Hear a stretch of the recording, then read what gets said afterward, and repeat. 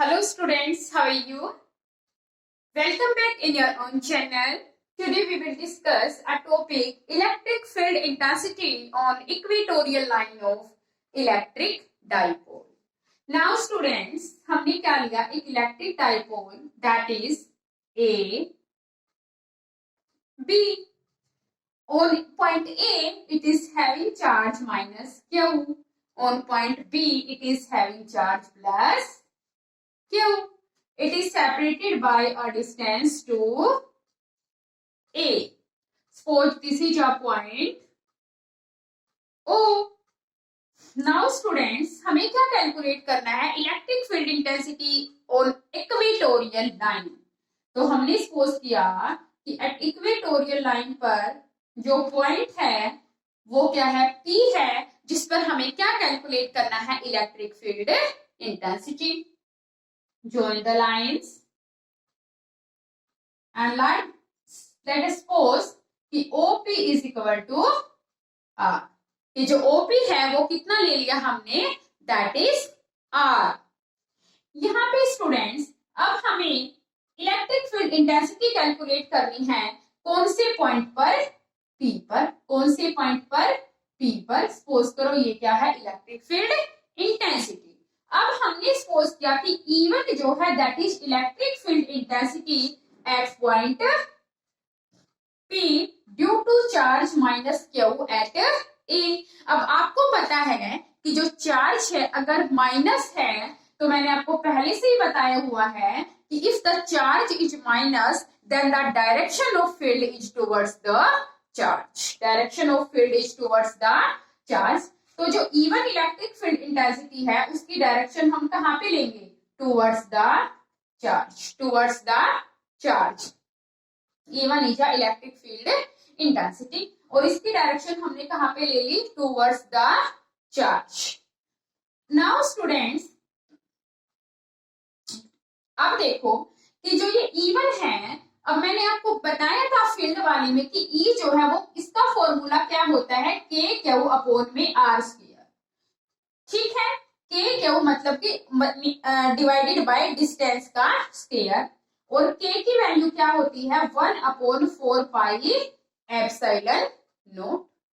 Now students कि जो E है E1 हमें कैलकुलेट करना है तो E1 क्या हो गया यहाँ से के की वैल्यू क्या है 1/4 pi epsilon not Q upon R. R क्या है यहाँ पे A P. क्या है R A P का स्क्वायर.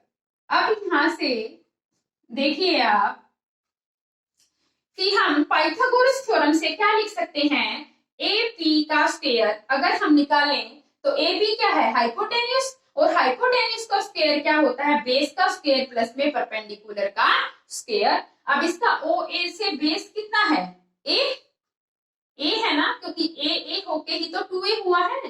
तो यहां से देखो क्या लिख सकते हैं R स्क्वायर प्लस में A का स्क्वायर. इतना क्लियर है. नाउ अब यहां से आप देखिए स्टूडेंट्स कि जो E1 है उसके क्या हो सकते हैं, टू कंपोनेंट्स हो सकते हैं. मान लीजिए आप PAO, PAB और PBA, हमने इन दोनों को क्या मान लिया, थीटा. क्या मान लिया, थीटा. अब यहां से आप देखिए कि जो E1 है उसके दो कंपोनेंट्स हो सकते हैं अलोंग PR. अब देखो अब PR के अलोंग क्या होगा, along PR E1 cos theta. अब जो E1 कोस थीटा है वो किसके अलोंग हो सकता है, अलोंग PR. नाउ एक कंपोनेंट क्या हो सकता है along PE, that is a PE E1 sine theta. यहां इसके अलोंग क्या हो गया ये E1 कोस थीटा और इस PE के अलोंग क्या हो गया ये E1 साइन थीटा. क्या हो गया E1 साइन थीटा. तो यहां से आप लिख सकते हो E1 sine theta along PE हो गया. नाउ स्टूडेंट्स, अब हमने क्या सपोज किया कि जो E2 है, if E2 is electric field intensity at P, E2 is electric field intensity at P due to charge plus Q at B, due to charge plus Q at B at B। अब मैंने आपको बताया था कि जो अगर charge plus Q है तो जो फील्ड की डायरेक्शन है वो क्या होगी, अवे फ्रॉम में चार्ज। क्या होगी फील्ड की डायरेक्शन, अवे फ्रॉम चार्ज। क्या होगी, अवे फ्रॉम चार्ज। अब यहां से स्टूडेंट्स हम क्या ले सकते हैं, जैसे कि अब इसके अब E2 कैलकुलेट करो। क्या कैलकुलेट करेंगे हम, E2 कैलकुलेट करेंगे। अब E2 में same formula 1/4 pi epsilon naught Q upon, अब जो E2 है वो हमने किसके अलोंग लिया है, बीपी के अलोंग। किसके अलोंग लिया है, बीपी के अलोंग। और डायरेक्शन क्या होगी, away from the charge, away from the charge. Now students, अब ये E2 क्या हो गया, बीपी का स्क्वायर। अब बीपी का स्क्वायर अगर आप निकालोगे तो वही सेम आ जाएगा ना, आर का स्क्वायर प्लस में ए का स्क्वायर। तो हम डायरेक्ट लिख सकते हैं क्यू अपॉन आर का स्क्वायर प्लस में ए का square, Q upon R square plus में ए का स्क्वायर। नाउ अब E2 के भी क्या है, टू कंपोनेंट्स हो सकते हैं। E2 cos थीटा, अब E2 cos थीटा क्या हो जाएगा, अगेन पी आर के लो, E2 cos थीटा। और जो E2 sin थीटा है that is opposite to P E, ये क्या हो जाएगा, along P F E2 sin theta. क्योंकि दो कंपोनेंट्स हो गए ना, एक तो E2 cos थीटा और इसके परपेंडिकुलर ये क्या है, E2 sin थीटा। तो आप लिख सकते हो E2 has two rectangular components, E2 cos theta along PR and E2 sin theta along PF।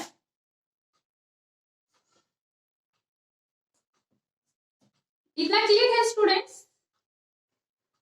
अब यहां से देखो कि जो रिजल्टेंट इंटेंसिटी है उसमें आप यहां से देखो कि जो मोड ऑफ E1 है that is equal to mod of E2। और यहां से आप ध्यान से देखो कि जो E1 sin थीटा है, E1 sin थीटा इज, ये दोनों क्या है, E1 sin थीटा और E2 sin थीटा क्या है, ऑपोजिट में है ना। जब E2 और E1 दोनों इक्वल हो जाएंगे तो ये भी E1 sin थीटा हो गया, ये भी E1 sin थीटा हो गया, या E2 sin थीटा, तो दोनों क्या हो जाएंगे आपस में cancel out. E1 sin theta and E2 sin theta is cancelled out, is cancelled out, and field is due to component of cos theta. Field सिर्फ किसकी वजह से हो गया, due to component of cos theta. Now students, अब यहां से जो E है वो किसके इक्वल हो गई, जो E है वो किसके इक्वल हो गई, that is to E1 cos theta plus E2 cos theta, क्योंकि जो साइन जो कंपोनेंट है दोनों के क्या हो गई, कैंसिल आउट। और अब यहां से हम इसको क्या लिख सकते हैं, क्योंकि E1 जो है वो किसके इक्वल है, E2 के। देन यहां से हम क्या लिख सकते हैं, 2E1 cos थीटा लिख सकते हैं। तो अब यहां से आप देखो कि 2E1 की वैल्यू क्या थी हमारे पास, 1/4 pi epsilon naught Q upon R square plus ए स्क्वायर। ये किसकी वैल्यू थी हमारे पास, E1 की। तो हमने इसमें किसकी वैल्यू रख दी, 1 की वैल्यू पुट कर दी। अब जो कोस थीटा है उसको आपको पता है कि किसके इक्वल होता है, b/h के। अब जो आपका बेस है वो कितना है, a। बेस कितना है आपका,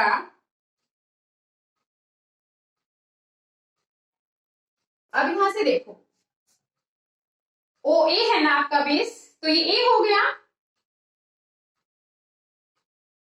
अपोन में हाइपोटेन्यूज, हाइपोटेन्यूज क्या है आपका एपी, क्या है हाइपोटेन्यूज एपी, और एपी की वैल्यू क्या आई थी आपके पास, √r² प्लस में ए स्क्वायर, क्योंकि एपी का स्क्वायर क्या था r² प्लस ए स्क्वायर, और अगर उसका एपी निकाले तो क्या हो जाएगा √r² प्लस में ए स्क्वायर। देन पुट करो इस वैल्यू को, 2/4πε0 क्यू अपॉन r² प्लस ए स्क्वायर, यहां से लिखेंगे a/√r² प्लस ए का square. Now 2qa upon 4πε0 r² plus A square whole 3/2। It's clear. Now students, जो डायरेक्शन है ई की, the direction of E is along PR parallel to किसके है ये, BA के। मीन्स क्या है, अपोजिट टू P। तब सीधा सा मीनिंग क्या हो गया, E की डायरेक्शन क्या है यहाँ पे, अपोजिट टू E।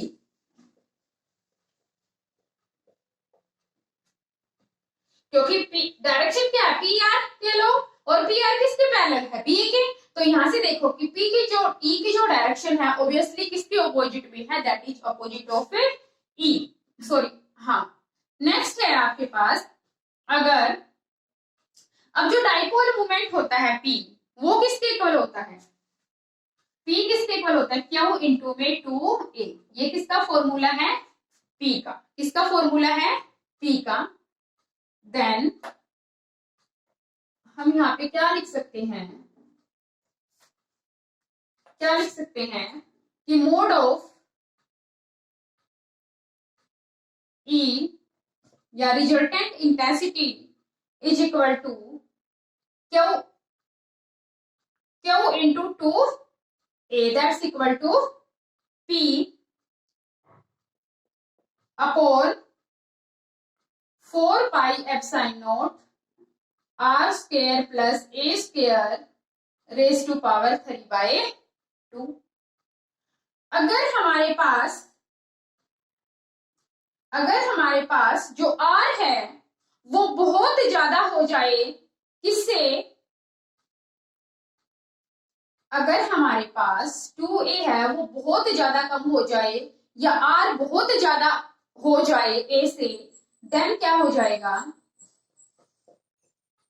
P 4πε0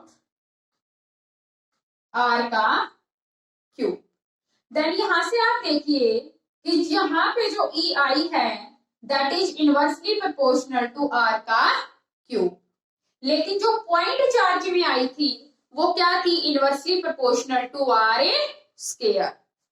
और अगर हम कंपैरिजन करें, कई बार इस फॉर्मूले पे न्यूमेरिकल आ जाता है, अगर हम कंपैरिजन करें कि जो E एक्सियल है अपोन में E इक्वेटोरियल, E एक्सियल क्या था 2p अपोन में 4πε0 r का क्यूब, और इक्वेटोरियल क्या है P अपॉन दिस वन। तो E axial upon E equatorial किसके इक्वल था, 2 के इक्वल था। I hope it is clear students. Thank you. Have a nice day.